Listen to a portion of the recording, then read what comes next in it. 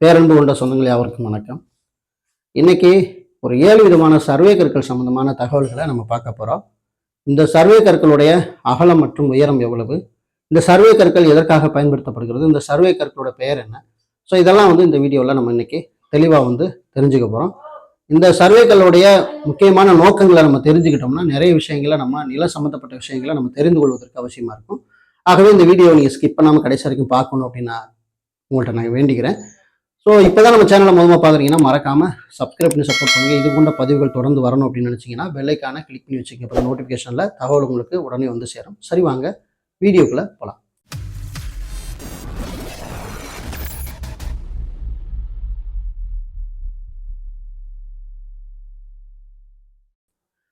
முதலாவது நம்ம இந்த திரையில பார்க்கக்கூடிய கல்லோட பேர் என்னன்னா பாறை குறிக்கல் அப்படின்னு சொல்றாங்க. அதாவது ரோக் மார்க் சர்வே ஸ்டோன் அப்படின்னு இதோடைய பேரு.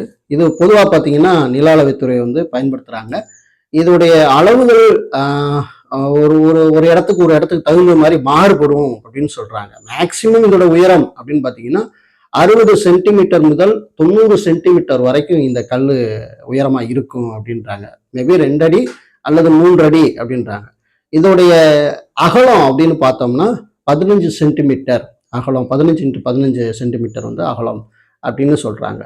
இது ரோக்மார்க், இதோட பாறை குறி இதை பயன்படுத்துறாங்க. இதோட மேக்சிமம் பார்த்தீங்கன்னா இதுல மேலே ஒன்றும் ப்ளஸ் வடிவமா இருக்கும். அப்படி இல்லைன்னா அந்த சென்டர்ல ஒரு புள்ளி மட்டும் என்ன செய்வாங்கன்னா அப்படின்னா டாட் வச்சிருப்பாங்க. இது எதற்காக இதை பயன்படுத்துறாங்க அப்படின்னு பார்த்தீங்கன்னா, ஒரு கிராமத்தின் மொத்த பரப்பளவை அளவிடும் போது ஒரு நிலையான புள்ளி, அதாவது பிக்சட் பாயிண்ட், இந்த பாறை குறிகள் பயன்படுத்தப்படுகின்றன அப்படின்றாங்க. இதுல குறிப்பா அரசு புறம்போக்கு நிலங்கள், காடுகள் மற்றும் நீர்நிலைகளை தனியார் ஆக்கிரமிக்காமல் அதுகிட்ட பாதுகாப்பதற்காகவே முக்கியமாக இந்த கல் நடப்படுகிறது அப்படின்னு சொல்றாங்க. இந்த கல் அரசுக்கு சொந்தமானதாக கருதப்படுகிறது. இந்த சர்வே கற்களை சேதப்படுத்துவதோ அல்லது இடம் மாற்றுவதோ சட்டப்படி குற்றமாகும். அவ்வாறு செய்வது நில அளவை மற்றும் எல்லை சட்டத்திற்கு கீழ் தண்டனைக்குரியது அப்படின்னு சொல்லியிருக்காங்க. ஃபர்ஸ்ட் கல்லை பத்தி நம்ம பார்த்தோம். ரெண்டாவது பார்த்தீங்கன்னா, அதாவது ஜிடி கல், அதாவது கிரேட் டிகர்மெண்ட் சர்வே ஸ்டோன் அப்படின்னு சொல்லக்கூடிய நீங்க திரையில பார்த்துட்டு இருக்கிற இந்த கல், இது பார்த்தீங்கன்னா இந்திய நில அளவைத்துறை மிக முக்கியமாக ஒரு அடையாளமாக இதை ஒரு எல்லை கல்லாக அதாவது இந்த கல்ல நடப்பட்டிருக்குது. இது குறிப்பா பார்த்தீங்கன்னா இது சாதாரண சர்வே கற்களை விட இந்த சர்வே கல் பயங்கரமான பெருசா இருக்கும் அப்படின்றாங்க. இதோட உயரம் பார்த்தீங்கன்னா மேக்சிமம் 90 சென்டிமீட்டர்லேருந்து 120 சென்டிமீட்டர் வரைக்கும் இது உயரம் இருக்கலாம் அப்படின்றாங்க. அதாவது 3 அல்லது 4 அடி உயரம் இந்த கல் இருக்கலாம் அப்படின்றாங்க. இதுல பார்த்தீங்கன்னா பெரும்பகுதி பூமிக்கு அடியில சிமெண்ட் காங்கிரீட் போட்டு பலமா இந்த கல்லை நட்டுருவாங்க அப்படின்னு சொல்றாங்க. இதோட அகலம் மேக்சிமம் பார்த்தீங்கன்னா அகலம் 20 × 20 இருக்கலாம், அல்லது 25 × 25 இருக்கலாம் அப்படின்னு சொல்றாங்க. இதோட அகலம் இந்த மேற்புற அந்த கல்லோட உச்சியில ஒரு வட்ட வடிவமா ஒரு ஒரு ஒண்ணு வட்டம் போட்டு அதுக்குள்ள கூட்டல் போட்டு ஒரு புள்ளி இருக்கும். அப்படி இல்லைன்னா வட்டம் போட்டு அதுல ஒரு புள்ளி மட்டும் இதுல என்ன செய்வாங்க அப்படின்னா அந்த பாயிண்ட்டுக்காக இது வைக்கப்படுது அப்படிங்கிறது சொல்லியிருக்காங்க. இது எதற்காக இதை நடுறாங்க அப்படின்னா, சில கற்கள் பெரும்பாலும் மலை உச்சிகள்ல, உயர்ந்த கோபுரங்கள்ல அல்லது ஊரின் மையமான ஒரு பொது இடங்கள்ல இந்த கல்லு அமைக்கப்பட்டிருக்கும் அப்படின்னு சொல்றாங்க. அதாவது இந்தியாவின் ஒட்டுமொத்த நிலப்பரப்பை முக்கோணங்களாக பிரித்து துல்லியமாக அளக்க அடிப்படை புள்ளிகளாக இந்த சர்வே கல்ல வைக்கப்பட்டிருக்கிற அந்த அளவுகள் உதவுகின்றன அப்படின்னு சொல்லப்படுது. ஒரு குறிப்பிட்ட பகுதியில கடல் மட்டத்திலிருந்து எவ்வளவு உயரத்தில் உள்ளது என்பதை கணக்கீடு செய்யவே இந்த கல் நடப்படுகிறது அப்படின்னு சொல்றாங்க. இது பாத்தீங்கன்னா மேக்சிமம் 19ஆம் நூற்றாண்டுல இந்த சர்வே நடந்ததாக சொல்லப்படுது. கிரேட் டிகர்மெண்ட் சர்வே 19ஆம் நூற்றாண்டுல நடைபெற்றதாக சொல்லப்படுகிறது. ஓகேவா? ஓகே, இந்த கல்லை குறித்து நம்ம பார்த்துட்டோம். மூன்றாவது நம்ம எந்த கல்லை குறித்து பார்க்க போறோம் பார்த்தீங்கன்னா, கண்ட சர்வே கல் அப்படின்னு சொல்லுவாங்க. அதாவது தமிழ்ல கண்ட கல்னு சொல்றாங்க, ஆங்கிலத்துல கண்ட சர்வே கல் அப்படின்னு அதோட பேரு. இது பெரும்பாலும் பார்த்தீங்கன்னா கிராமத்தின் உட்பிரிவு எல்லையை குறிக்க பயன்படுத்தப்படும் ஒரு முக்கியமான கல்லாக இது பயன்படுத்தப்படுது. கிராமத்துல உட்பிரிவுகளை பிரிப்பதற்கு ஒரு எல்லைக்கல்லாக இது பயன்படுத்தப்படுகிறது. முக்கியமாக பார்த்தீங்கன்னா இந்த கல்லுடைய உயரம் அப்படின்னு பார்த்தீங்கன்னா 60 சென்டிமீட்டர், மேக்சிமம் 2 அடி உயரம் கொண்டதாக இது இருக்கு. இதுல முக்கால்வாசி என்ன செஞ்சிருவாங்க அப்படின்னா பூமிக்குள்ள புதைக்கப்படுகிறதாகவும் இருக்கிறது. இதோட அகலம் அப்படின்னு பார்த்தீங்கன்னா 15x15 சென்டிமீட்டரா கூட இருக்கலாம் அப்படிங்கிற மாதிரி சொல்றாங்க. அதாவது அங்குலத்துல பார்த்தோம்னா 6x6 அப்படின்னு சொல்லுவாங்க. ஓகேவா? இப்ப மேற்புற கல்லுல பாத்தீங்கன்னா இதுல என்ன அடையாளம் அப்படின்னு பாத்தீங்கன்னா, ஒண்ணு வந்து கூட்டல் வடிவத்துல ஒரு குறி இருக்கும், அப்படின்னா டாட் வந்து வச்சிருப்பாங்க. இது செதுக்கப்பட்டிருக்கும். இது நிலத்திற்கு ஒரு துல்லியமான ஒரு மைய பாயிண்டாக வந்து இது பயன்படுத்தப்படுகிறது. இந்த கல்லில் ஒரு பக்கத்துல அந்த கிராமத்தின் குறியீடு எழுத்து அல்லது சர்வே எண் செதுக்கப்பட்டிருக்கலாம். மேபி அது செதுக்கப்பட்டுறதுக்கான வாய்ப்புகள் இருக்கு அப்படின்றாங்க. புல எல்லை கற்களை விட இவை சற்று வலிமையானவை மற்றும் நீண்ட காலத்திற்கு நிலைத்து நிற்கக்கூடிய ஒரு கல்லாகவும் இந்த கல் பயன்படுத்தப்படுகிறது அப்படின்னு சொல்றாங்க. ஒரு பெரிய நிலப்பரப்பு, அதாவது சர்வே நம்பர் சிறு சிறு பகுதிகளாக சப்டிவிஷன் பிரிக்கும் போது இந்த மூளை புள்ளிகள் இடையே இந்த கற்கள் வந்து நடப்படுகிறது அப்படின்னு சொல்றாங்க. இது வந்து பெரும்பாலும் பாத்தீங்கன்னா நில தகராறுகள் ஏற்படும் போது, அதாவது பக்கத்து இடத்துக்காரருக்கும் பக்கத்து பக்கத்து இடத்துக்காரருக்கு பிரச்சனை ஏற்படும் போது இது வந்து சப்டிவிஷன் எங்கிருந்து ஆரம்பிக்குது அப்படின்னு இதை கண்டுபிடிச்சு அளந்து அதை சரி பண்ணுவதற்காக இந்த சர்வேக்கள் பயன்படுத்தப்படுகிறது அப்படின்னு சொல்றாங்க. இதோட பராமரிப்பு அப்படின்னு பாத்தீங்கன்னா மேக்சிமம் அந்த நிலத்துல ஊண்டப்பட்டிருக்க அந்த பட்டாதாரர் தான் இந்த கற்களை வந்து பராமரிக்கணும் அப்படின்னு சொல்லப்பட்டிருக்குது. அது பார்த்தீங்கன்னா விவசாயம் பண்ணும் போதோ மற்ற ஏதாவது நீங்கள் வந்து வேலை செய்யும் போதோ அந்த கற்களை சேதமடையாம பார்க்க வேண்டியது உங்களுடைய கடமையா இருக்கப்பட்டாங்க. அரசு அனுமதியின்றி இந்த கல்லை வந்து அகற்றுவது தமிழ்நாடு நில அளவை மற்றும் எல்லைகள் சட்டம் 1923 படி அது ஒரு பெரிய குற்றமாக கருதப்படுகிறது அப்படின்னு சொல்றாங்க. ஓகே, இப்போ வந்து 3 கல்கள் பார்த்துட்டோம். 4வது கல் பார்த்தீங்கன்னா சிஎஸ் ஸ்டோன் அப்படின்னு சொல்லப்படுது. இந்த சிஎஸ் ஸ்டோன் அப்படின்னு பார்த்தீங்கன்னா அதாவது வந்து கடஸ்ட்ரால் சர்வே அப்படின்னு சொல்றாங்க. இது நில வரி விதிப்பு மற்றும் உரிமையை உறுதி செய்வதற்காக மேற்கொள்ளப்படும் முறை இந்த முறையாக கருதப்படுகிறது. மேக்சிமம் பார்த்தீங்கன்னா இதோட உயரம் அப்படின்னு பார்த்தீங்கன்னா 60 சென்டிமீட்டர்ல இருந்து 75 சென்டிமீட்டர் வரைக்கும் இதோட உயரம் இருக்குது. சுமார் 2 அடியிலேருந்து 2 அடிக்குள்ள வந்து அந்த நீளம் இருக்கலாம் அப்படின்னு சொல்றாங்க. இது சுமார் 45 சென்டிமீட்டர், அதாவது 1.5 அடி ஆழம் வரைக்கும் பூமிக்குள்ள வந்து அது புதைக்கப்பட வேண்டும் பார்க்குறாங்க. 15 சென்டிமீட்டர் இந்த அகலம் கொண்டதாக இருக்கிறது. 6x6 அங்குலம் வந்து இதோடைய அளவீடாக இருக்கிறது.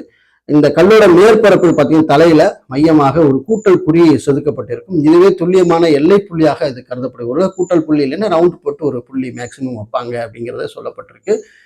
கல்லில் உள்ள அடையாளங்கள், கல்லில் ஒரு பக்கத்துல சிஎஸ் என்ற எழுத்துக்கள் செதுக்கப்பட்டிருக்கலாம். சில இடங்கள்ல அந்தந்த மாநில மொழிகள் குறியீடுகள் வந்து இருக்கலாம். இந்த கற்கள் பொதுவாக கடினமான கற்களால், அதாவது இது செய்யப்பட வேண்டியது அவசியமா இருக்கு அப்படின்னு சொல்றாங்க. இதோடைய பயன்பாடுகள் என்ன அப்படின்னு பாத்தீங்கன்னா, ஒரு குறிப்பிட்ட நிலத்தின் உரிமையாளர் யார் என்பதை இது வந்து இந்த வரைபட ரீதியாக எப்பம்பு ரீதியாக உறுதிப்படுத்த இந்த கற்கள் எல்லையாக செயல்படுகின்றன.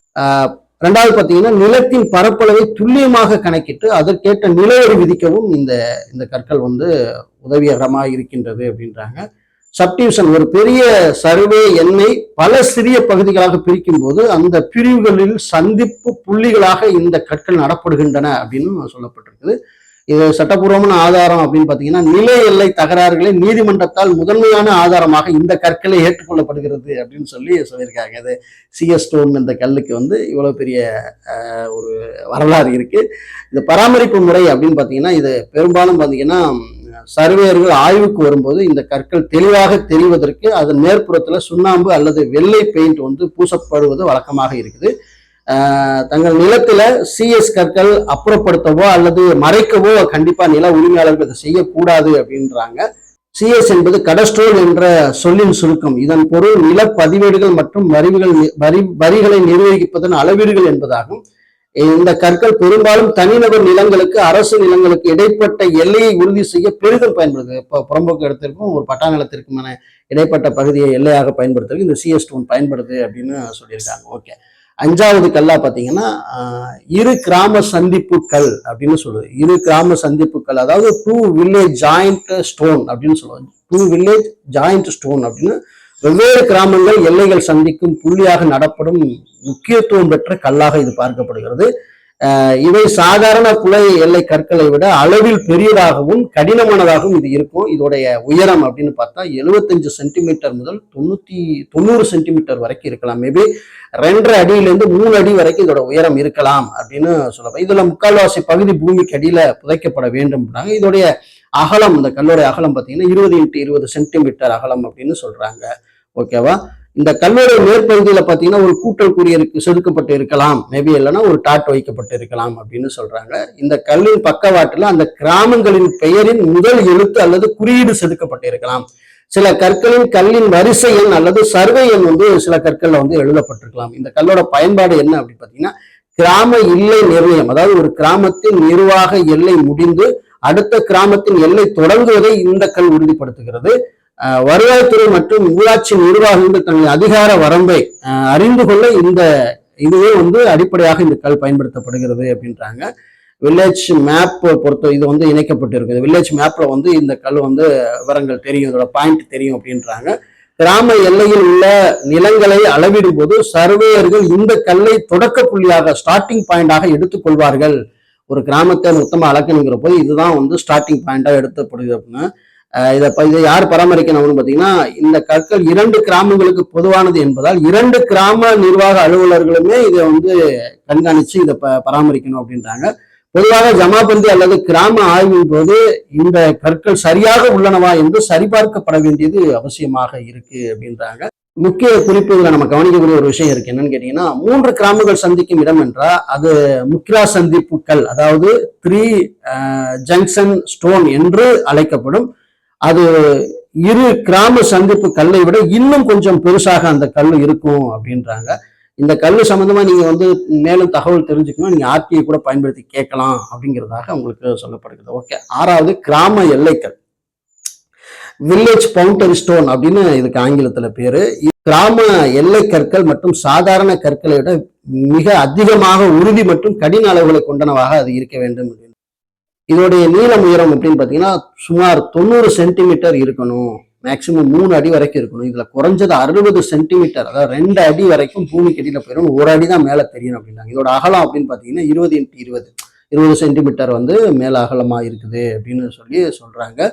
இந்த கல்லுல சில அடையாளங்களையும் சொல்றாங்க. என்னன்னா, ஒரு பக்கத்துல அந்த கிராமத்தின் பெயர் முதல் எழுத்து தமிழ் அல்லது ஆங்கிலத்துல செதுக்கப்பட்டிருக்கலாம், மறுபக்கத்துல அந்த கிராமம் இன்னொரு கிராமத்திற்கு அந்த கிராமத்தோட முதல் எழுத்து செதுக்கப்பட்டிருக்கலாம். சில கற்கள்ல அம்புக்குறி மட்டுமே அதுல செதுக்கப்பட்டு இருக்கலாம், சர்வேயின் அடையாளங்களாக அதை குறிக்கப்பட்டு அம்புக்குறி மட்டுமே அதுல வந்து குறிக்கப்பட்டு இருக்கலாம் அப்படின்னு சொல்லி சொல்றாங்க.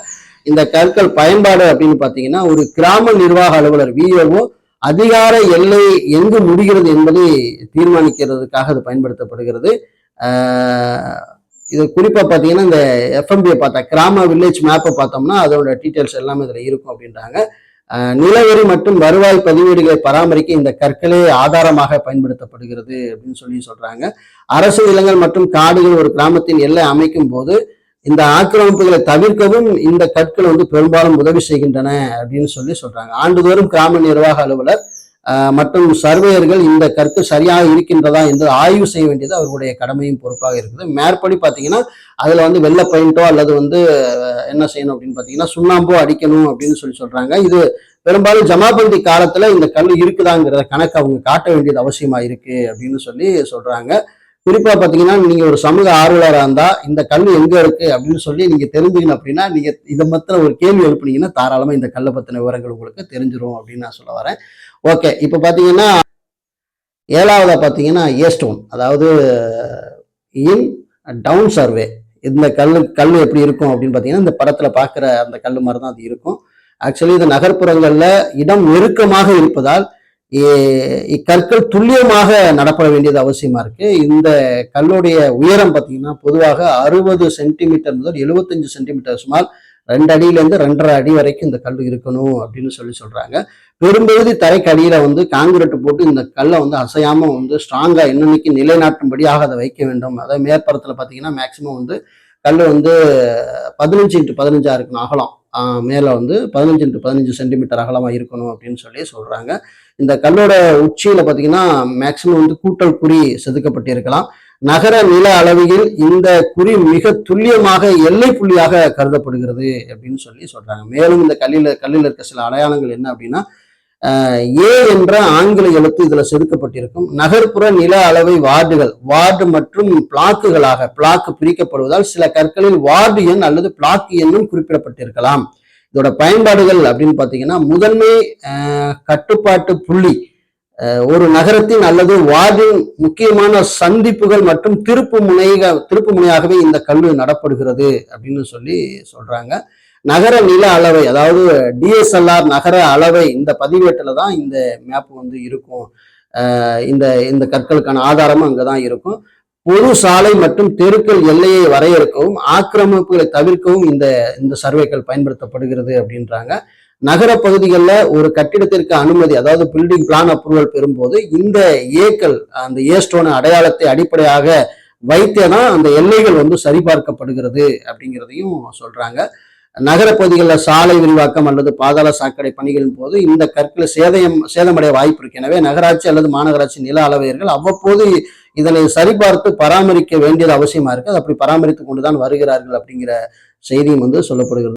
இதுல பின் குறிப்பு என்னன்னா, நீங்க ஒரு பெரிய நகரத்தை சார்ந்தவரா இருப்பீங்க, இப்போ ஒரு மதுரை போன்ற ஒரு பெரிய நகரத்தை சார்ந்தவங்களா இருப்பீங்க அப்படின்னா, நீங்க நகர நில அளவை தொடர்பான டிஎஸ்எல்ஆர் டவுன் சர்வே அந்த லேண்ட் ரெக்கார்டு பதிவேடுகளை சரிபார்க்கும் போது இந்த கற்கள் உங்களுக்கு பெரிய உதவியாக இருக்கும் அப்படிங்கிறதையும் சொல்லியிருக்காங்க. ஓகே, இப்ப இந்த 7 படங்கள்லையும் நீங்க பார்த்துருப்பீங்க. அதுல சில என்ன அளவுகள் மாறலாம், மேபி மேல இருக்கக்கூடிய அந்த அந்த அந்த குறியீடுகள் மாற அப்படித்தான் இருக்க வேண்டும் என்பது முழுக்க முழுக்க நம்மளுக்கு தெரிவிக்கப்பட்ட ஒரு செய்தியாக இருக்கிறது. இந்த செய்தி உங்களுக்கு யூஸ்ஃபுல்லா இருந்திருக்கும் அப்படின்னு நினைக்கிறேன்.